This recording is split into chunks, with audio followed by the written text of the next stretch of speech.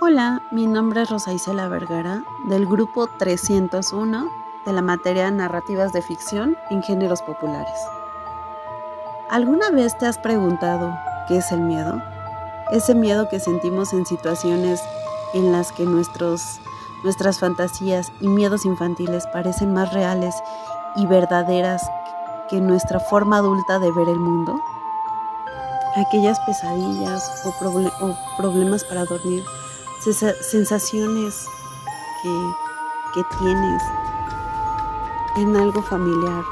Te encuentras en casa y no sabes qué pensar ante un ruido. La mente hace malas jugadas. No sé, podría ser el viento, el algo, si tienes alguna mascota y tira algo, pero tu mente empieza a crear escenarios. Eso es el miedo, la angustia, ese terror que sientes en lo interior, que va creciendo y a veces sientes hasta un sudor frío. La mente nos juega malas pasadas ante lo desconocido, lo terrorífico, ante la angustia y la incertidumbre. Nuestro cuerpo reacciona y también a nuestro subconsciente. Sigmund Freud analiza todas estas sensaciones que nos causa el miedo, el pavor, el terror, la angustia, la desesperación.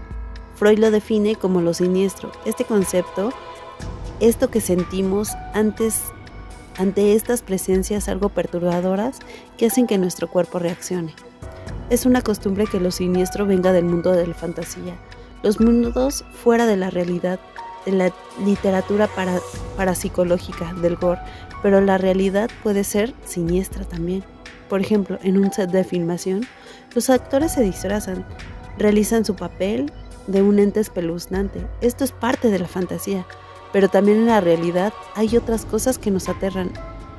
Una enfermedad mental, esto que es desconocido y que nos parece anormal.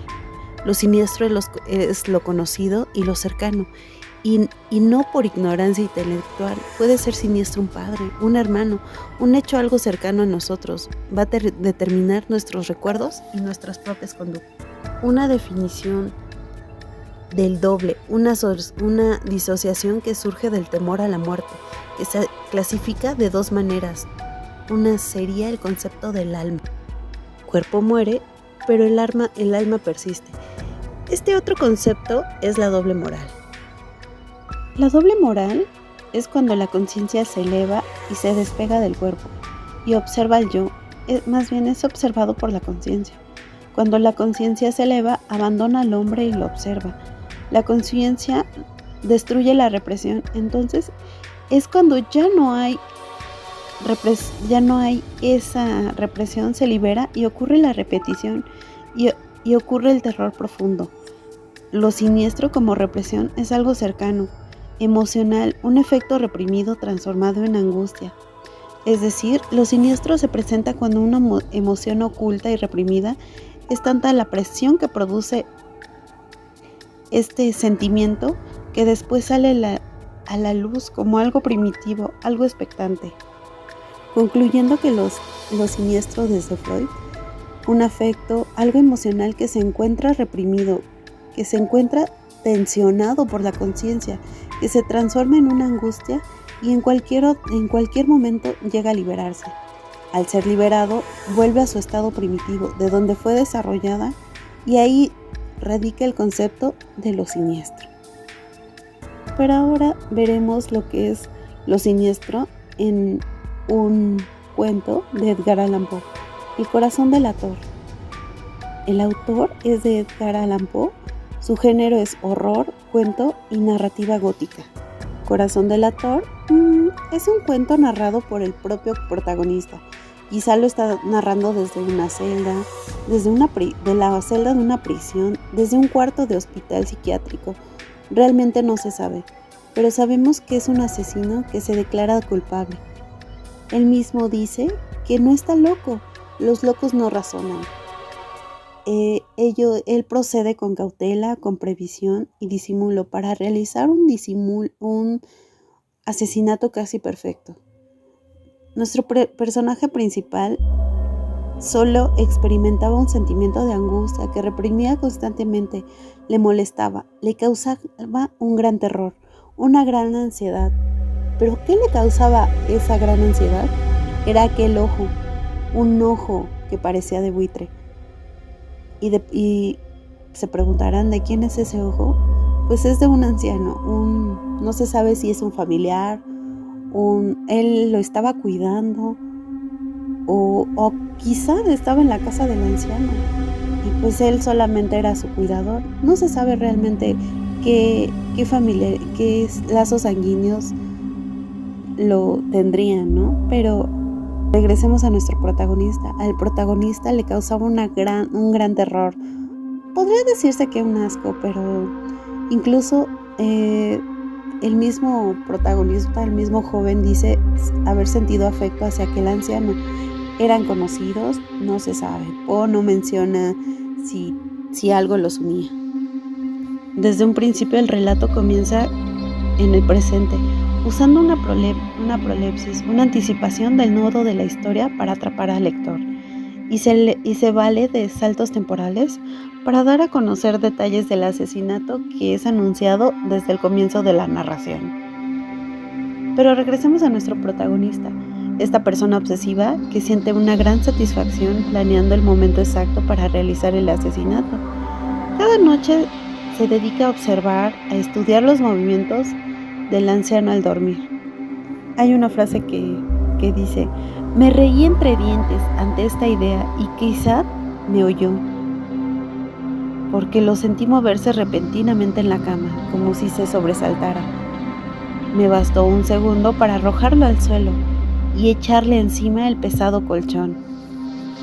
Sonreí alegremente al verlo, a ver lo fácil que me había resultado todo. Esta frase, ahí podemos notar que es un ser, podría ser un asesino, la mente de un psicópata. No sé, este joven siente tanta repugnancia al ver al ojo que no lo soporta.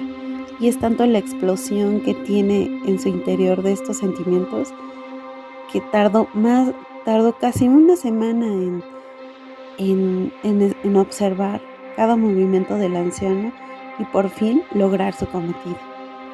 El joven nos va narrando como un sube y baja de emociones que transmite ante la conexión de cómo se siente ante el ojo del anciano, el terror que le produce llegar hasta sentir repugnancia. Y día tras día crece sentimiento hasta que ya no puede más con el peso de aquella sensación. Como ha mencionado Freud, un afecto, algo emocional que se encuentra reprimido, que se encuentra tensionado por la conciencia, se llega a transformar en angustia y en cualquier momento debe liberarse. Y al ser liberado vuelve a su estado primitivo, de donde fue desarrollada, y ahí radica el concepto de lo siniestro. La tensión que siente el joven protagonista llega tanto que logra por fin a su objetivo, matar al anciano. El sentimiento que se resguarda en lo profundo de su mente ahora vuelve a crecer, pero es un sentimiento ahora de doble moral. Su conciencia le juega muy chueco, pero en forma de latidos de un corazón. El extraño ruido, más bien después del alarido del pobre anciano antes de morir, alerta a los vecinos que dan aviso a los policías. El joven protagonista piensa en su inconsciente que es toda una mente maestra, que cometió el crimen perfecto, pero no ha pasado mucho tiempo y los policías tocan a su puerta. Él actúa muy normal, les comunica que el anciano está de viaje y los invita a pasar a revisar la casa. Los policías quedan muy satisfechos con la amabilidad del joven, hasta estar convencidos de que fue una falsa alarma. Y como dicen los policías en su frase célebre, el perímetro está limpio. Mientras ellos siguen charlando, el joven y los 3 policías siguen revisando la casa y llegan por fin al cuarto donde se encontraba el anciano. Los invita a pasar, empiezan a platicar y pues el joven con tanta confianza pone una silla encima de los tablones, aquellos tablones que había acomodando perfectamente. Ahí debajo de esos tablones, de ese recoveco, se encontraba el cuerpo ya de aquel anciano que ya se encontraba descuartizado, Y pues el joven, charlando, empezó a sentir como, no sé, como que empezó a escuchar un zumbido que empezó a crecer, a crecer y a crecer. Realmente empezó a escuchar el latido de aquel corazón, y el sonido se hacía fuerte, fuerte y más agudo. El joven comenzó a alucinar que aquel zumbido era un pánico que le empezó a crecer desde muy dentro de su interior. Se sentía muy nervioso. De hecho, los policías estaban hablando entre ellos, pero el joven se sintió tan acorralado que empezó a gritar: «¡Miserables! No disimuláis más tiempo, confieso el crimen, arrancad de esas tablas, ahí está, ese latido espantoso de ese espantoso corazón». Y por fin regresa a su estado natural, su, esa angustia, ese sonido. Por fin lo han detenido. Y pues aquí concluimos que lo siniestro se moldea cuando lo familiar se vuelve extraño o lo extraño se ha vuelto familiar. No es tanto que cause novedad lo que causa horror, sino lo que consideramos familiar se torna extraño y viceversa.